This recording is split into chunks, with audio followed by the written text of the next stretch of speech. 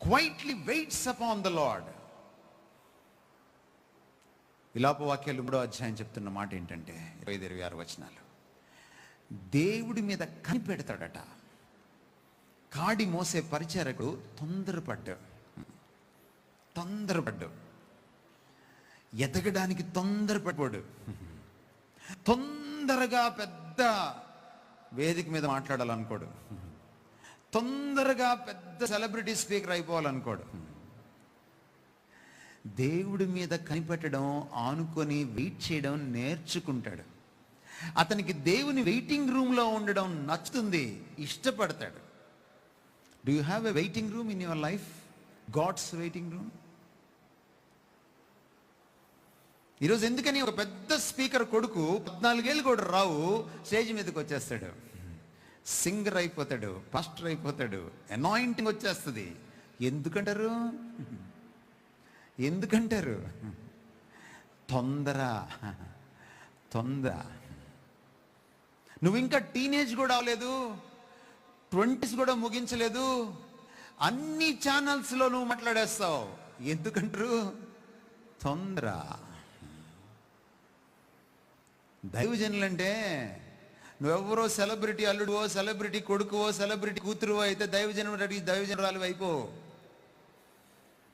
కాడి మోపువాడు యెహోవాయే. ఆయన కాడి పెడితేనే నీ మెడ మీద నువ్వు మొయ్యాలంతే. ఆయన కాడికి పిలిచేదాకా వెయిట్ చేయాలి. లేగదూడని తీసుకొచ్చి కాడి మోపుతారండి? మోపుతారా? ఏ కామందైనా, ఏ రైతైనా ఒక లేగదూడని తీసుకొచ్చి కాడి మోపుతాడా? మోపడు. ప్రొబేషన్ ఇంకా అవలా. అందుకేనంట కాడి మోసేవాడిని దేవుడు చూస్తాడట. Does he wait? దేవుడి మీద కనిపెడతాడా? ఎందుకు సమూయేలు చిన్నవాడైనా దేవుడు పిలిచాడు సమూయేల్ని? 4 సార్లు పిలిచాడు. పిలిచేటప్పటికి సమూయేలు ఎక్కడ ఉన్నాడు?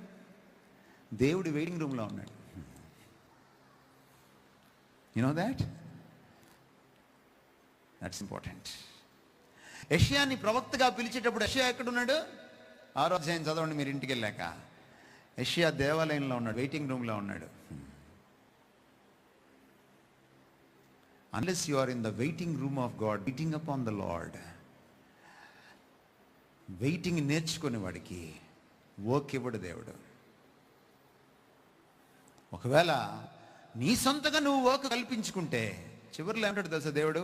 ప్రభా చూసావు ప్రభా, 20 ఏళ్ళు కూడా రాలేదు నాయన, ఎంతమందికి సువార్త చెప్పానో తెలుసా నాయన? నేను అడిగానా అంటాడు దేవుడు. నేను అడిగానా?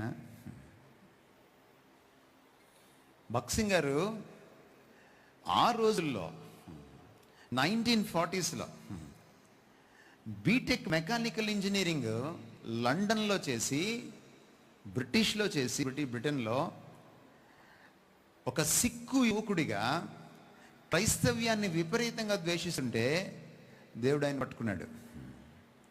పట్టుకోవడమే కాదు, నువ్వు నా పని చేయాలన్నాడు. కాడి మోపాడు. ఆయన ఏం చేశాడు తెలుసా? మళ్ళీ ఎక్కడ వెనక్కి తిరిగి చూస్తాడో, దేవుణ్ణి ఫెయిల్ చేస్తాడోనని, ఎక్కడ తన మానవ బలహీనత తనని ఓటమికి గురి చేస్తుందో అన్న భయంతో తన మెకానికల్ ఇంజనీరింగ్ డిగ్రీని చించేశాడు. లండన్లోనే చించి ఇండియాకి ఓడెక్కాడు. ఓడ దిగేటప్పటికి ఆయన బాంబేకి వచ్చాడు. బాంబేకి ఎందుకు వచ్చాడంటే వాళ్ళ అక్క ఉంది.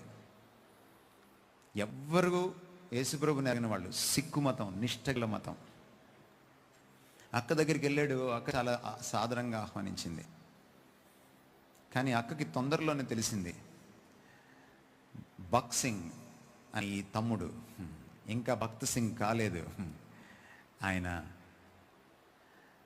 కొత్త దేవుణ్ణి స్వీకరించాడు అని తెలిసిందే. తడువు రోడ్డు మీద వేసింది ఆయన్ని. ఆయనకి ఇల్లు లేదు, వాకిల్ లేదు. బాంబే పార్క్లో బెంచ్ మీద పడుకున్నాడు. జోబులో ఆయన దగ్గర 1 పావలానో 2 పావలాలో ఉన్నాయి ఆ రోజుల్లో. పావలా అంటే మీకు తెలుసో తెలియదు? 25 NP మీరు చూసుంటారు చాలామంది యంగ్స్టర్స్. రూపాయిలో 25%. ఆయన దేవుడి మీద చాలా ఆశతో రగిలిపోతున్నాడు, తృష్ణతో రగిలిపోతున్నాడు.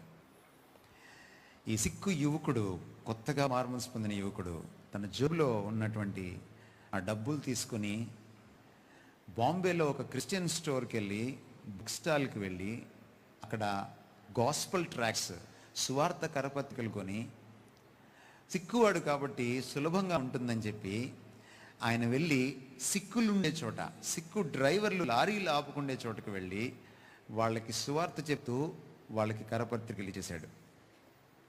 చాలా ఆనందంగా సేవ చేసేసాడు, అయిపోయింది. నిస్వార్థంగా కూడా సేవ చేశాడు, అయిపోయింది. మళ్ళీ పార్క్కి వచ్చాడు, అలిసిపోయాడు, నిద్రపోయాడు. కాసేపటికి మెలకు వచ్చింది. లేచిన తర్వాత అర్థమైంది ఆయనకి, పొట్ట నకనకలాడిపోతుంది, ఆకలేస్తుంది. అప్పుడు తౌడుకున్నాడు అప్రయత్నంగా జోబు తౌడుకుంటే అందులో డబ్బులు లేవు, పర్సులో డబ్బులు లేవు. అప్పుడు జ్ఞాపకం వచ్చింది, ఆ ఉన్న 4 పావులాలు దానికోసం ఖర్చు పెట్టాడని. అప్పుడు దేవుడి వైపు నిష్ఠూరంగా చూశాడు, ఓ ప్రార్థన చేశాడు. నీ పనే కదా చేశాను, నేనేం స్వార్థంగా ఆలోచించలేదు కదా, నీ పనే కదా చేశాను, నాకు పొట్ట పోషించవా, నాకు ఇట్లా ఆకలివ్వడం న్యాయమా నీకు అని. అప్పుడు ఆయనతో దేవుడు మాట్లాడాడు ఆ పార్క్లో. భక్సింగ్ తన జీవిత చరిత్రలో రాస్తారు, నేను అడిగానా భక్సింగ్ అన్నాడంట దేవుడు.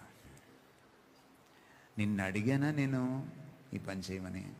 అదేంటి ప్రభు, నీ పనే కదా. నా పనే, నేను అప్పగిస్తే చేయాలి నువ్వు. ఆ రోజు నుంచి చనిపోయే వరకు, ఆయనకు కాన్షియస్నెస్ ఉండేంత వరకు, మంచం మీద పడినంత వరకు, ఏ పని చేయాలన్నా మోకరించి ప్రభు చెప్పాకే చేసేవాడు. మై ఫ్రెండ్స్, మంచి పని చేయడం సేవ కాదు.